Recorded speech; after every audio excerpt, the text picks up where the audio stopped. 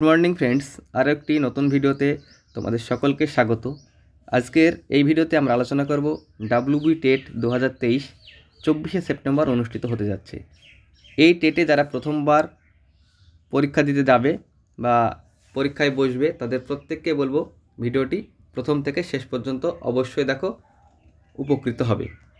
আমরা খুব সংক্ষেপে আলোচনা করব পরীক্ষা পদ্ধতিটা। আমরা প্রথমে আলোচনা করব আমরা বাড়ি থেকে যখন এক্সাম সেন্টারের উদ্দেশ্যে রওনা হব তখন আমরা ব্যাগে কী কী নিয়ে যাব।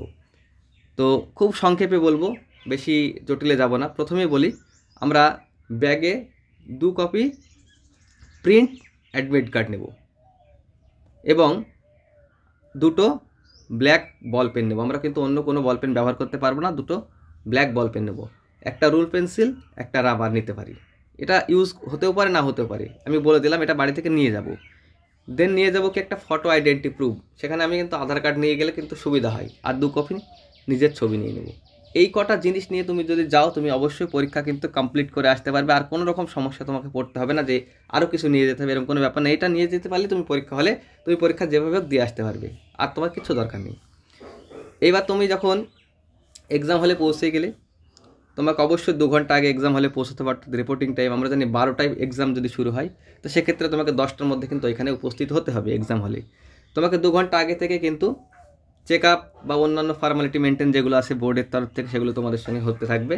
এবং তুমি অবশ্যই 2 ঘন্টা আগে পরীক্ষার গেটের সামনে, হলের গেটের সামনে তোমরা গেলে তো তোমাদের প্রথমেই মেটাল ডিডাকটিভ যে মেশিন আছে সেখানে তোমাদের চেক আপ করা হবে। সেখানে তুমি অবশ্যই যেগুলো ইলেকট্রনিক জিনিস পরিধান করে যাবে, তো সেইগুলো তোমাকে অবশ্যই বর্জন করতে হবে, অর্থাৎ থুয়ে যেতে হবে। অর্থাৎ তুমি যদি ওয়াচ ব্যবহার করো সেটা তোমাকে খুলে ফেলতে হবে। তুমি যদি হাতে আংটি ব্যবহার করো সেক্ষেত্রে তোমাকে সেটা খুলে ফেলতে হবে। তুমি যদি কোমরবন্ধনী ব্যবহার করো সেটা তোমাকে খুলে ফেলতে হবে। এবং প্রত্যেকটা ইলেকট্রনিক জিনিস এবং মেটাল জাতীয় জিনিস নিয়ে কিন্তু তুমি ভেতরে প্রবেশ করতে পারবে না। এখন বিষয় হলো নিয়ে যেতে পারবে কী কী নিয়ে যেতে পারবে। ওই যে বলে দিলাম, আগেই বলেছিলাম যে 2 কপি অ্যাডমিট অবশ্যই নিয়ে যেতে পারবে, 2 কপি ছবি অবশ্যই নিয়ে যেতে পারবে, এবং 2টো ব্ল্যাক বল পেন অবশ্যই নিয়ে যেতে পারবে, এবং আইডেন্টি প্রুফ যেটা আছে সেটা নিয়ে যেতে পারবে। এবার বিষয় হলো যে এই যে রুল পেন্সিলের কথা বললাম এবং রাবারের কথা বললাম, এটা অনেক সেন্টারে অ্যালাউ করেছে, অনেক সেন্টারে অ্যালাউ করেনি, আমরা আগের ইয়ারগুলোতে দেখেছি। তো যদি অ্যালাউ করে অবশ্যই নিয়ে যাবে, এটার কাজ আছে, পরবর্তীতে বলছি।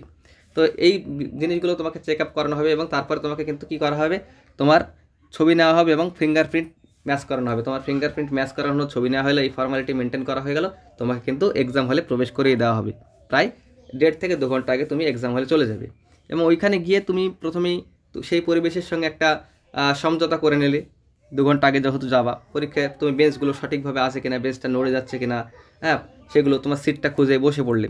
তো তারপরে তোমাকে অবশ্যই পরীক্ষার 15 মিনিট আগে তোমাকে ওএমআর দিয়ে দেওয়া হবে এবং কোশ্চেনও আগে দিয়ে দেওয়া হতে পারে। সেক্ষেত্রে কোশ্চেন লক করা থাকবে, তুমি খুলতে পারবে না। ওএমআরটা তুমি ভালো করে দেখো। এবার ওএমআরের সময় তোমাকে রোল নাম্বারটা খুব গুরুত্ব সহকারে ফ্ল্যাপ করতে হবে। এখন বিষয় হলো রোল নাম্বার লিখতে গেলে, আমি যে রুল পেন্সিল এবং রাবারের কথা বলছিলাম, যারা প্রথমবার টেট দেবে তাদের রোল নাম্বার লেখাতে চাপ হয়ে যায়। তো তাদের বলবো, রুল যদি তোমরা অ্যালাউ হয় বা রুল যদি নিয়ে যেতে পারো, সেক্ষেত্রে বলবো ফার্স্ট টাইম রুল দিয়ে মার্ক করে নাও রোল নাম্বারগুলো, তারপরে অবশ্যই ফ্ল্যাপ করো পেন দিয়ে, দেখো ভুল হবে না। হ্যাঁ, এবার হচ্ছে যদি কোনো কারণেও ভুল হয়ে যায় পরবর্তীতে, সেক্ষেত্রে কী হতে পারে। হ্যাঁ, ভুল হয়ে গেলে তোমরা টেনশন নেবে না বা এরকম চিন্তাভাবনা করার কিছু নেই যে ভুল হয়ে গেছে, পরীক্ষা আমার আর দেওয়ার কোনো দরকার নেই, এই খাতা তো ক্যান্সেল হয়ে যাবে না, সেরকম কোনো ব্যাপার না। ভুল হয়ে গেলেও কিন্তু খাতা দেখা হয়। গতবার কিন্তু সেটা হয়েছে, পর্ষদ সভাপতি নিজেই বলেছে যে প্রচুর ক্যান্ডিডেট রোল নাম্বার ভুল করেছে, সেই জায়গা থেকে কিন্তু তারা খাতা দেখতে দেরি হচ্ছে। তো রোল নাম্বার ভুল হওয়ার পরেও কিন্তু রেজাল্ট পাবলিশড হয়েছে। আমার একটা ফ্রেন্ডেরই পাবলিশড হয়েছে, তিনি কিন্তু 100-এর উপরে মার্কস পেয়েছেন। তো রোল নাম্বার ভুল হলে ঘাবড়ানোর কিছু নেই। তোমরা কিন্তু অবশ্যই রোল নাম্বার ভুল হলে পরীক্ষাটা সঠিকভাবে যেভাবে দিচ্ছিলে সেভাবে দেবে, চাপ নেওয়ার চেষ্টা করবে না। তো প্রথম থেকে শেষ পর্যন্ত সমস্ত বিষয়গুলো বললাম এবং রোল নাম্বার লেখার পর তোমরা অবশ্যই কোশ্চেনটা প্রথম থেকে শেষ পর্যন্ত দেখার টাইম, অনেকেই বলে যে প্রথম থেকে শেষ পর্যন্ত কোশ্চেনটা দেখে না, আমি বলবো সেরকম কোনো ব্যাপার না, দেখলে হয়তো টাইম নষ্ট হবে, কারণ এটা তো টাইম মেনটেন করার ব্যাপার থেকে না। তুমি প্রথমে তোমার যে সাবজেক্ট স্ট্রং সেই সাবজেক্ট করবে, তো পর্যায়ক্রমিক সব সাবজেক্টগুলো কিন্তু করতে থাকবে, ঠিক আছে। তো এখন বলবো যে তোমরা সুস্থভাবে এবং সুন্দরভাবে পরীক্ষাটা কমপ্লিট করো। Thank you.